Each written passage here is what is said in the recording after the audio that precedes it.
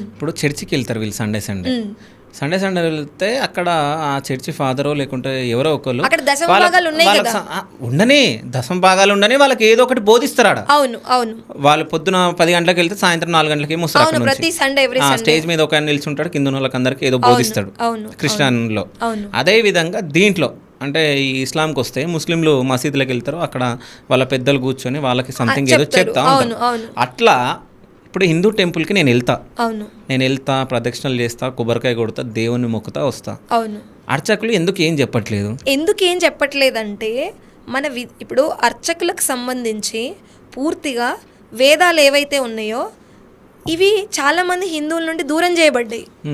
So ఇది కొందరికే పరిమితం అయిపోయి ఇది అంటే ఇప్పుడు అర్చకుల్లో ఈ క్లారిటీ లేదు. ఫస్ట్ సరే పెద్ద ఇప్పుడు అర్చకులు అది చేయట్లేదు కదా, పెద్ద పెద్ద మఠాధిపతులు పీఠాధిపతులు, నేను పేర్లు చెప్పను, మళ్ళీ చెప్తే వాళ్ళ భక్తులు మనోభావాలు దెబ్బతింటాయి. వాళ్ళందరూ అర్చకులకు చెప్తున్నారా?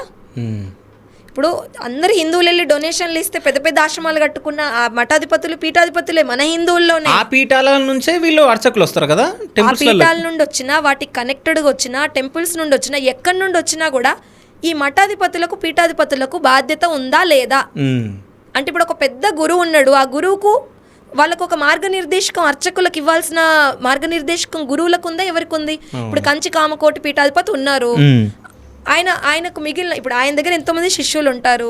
ఇప్పుడు చిన్నజీయర్ స్వామి ఉన్నారు, చిన్నజీయర్ స్వామి గారు ఉన్నారు, అలా ఇంకెవరో స్వామీజీ ఉన్నారు. వీళ్ళందరికీ మన ధర్మం పట్ల, మన గుళ్ళ పట్ల ఒక పెద్ద బాధ్యత ఉందా లేదా?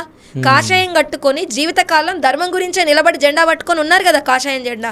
మరి వీళ్ళకు మతాలు మారకూడదని హిందువులకు చెప్పడం, మతాలు మారకూడదు, ఎందుకు మారకూడదు అనేది మీరు మన హిందూ భక్తులకు, గుళ్ళకు వచ్చే వాళ్ళకు మీరు అవేర్నెస్ ఇవ్వాలని, ఈ అర్చకులందరికీ అవేర్నెస్ ఇచ్చి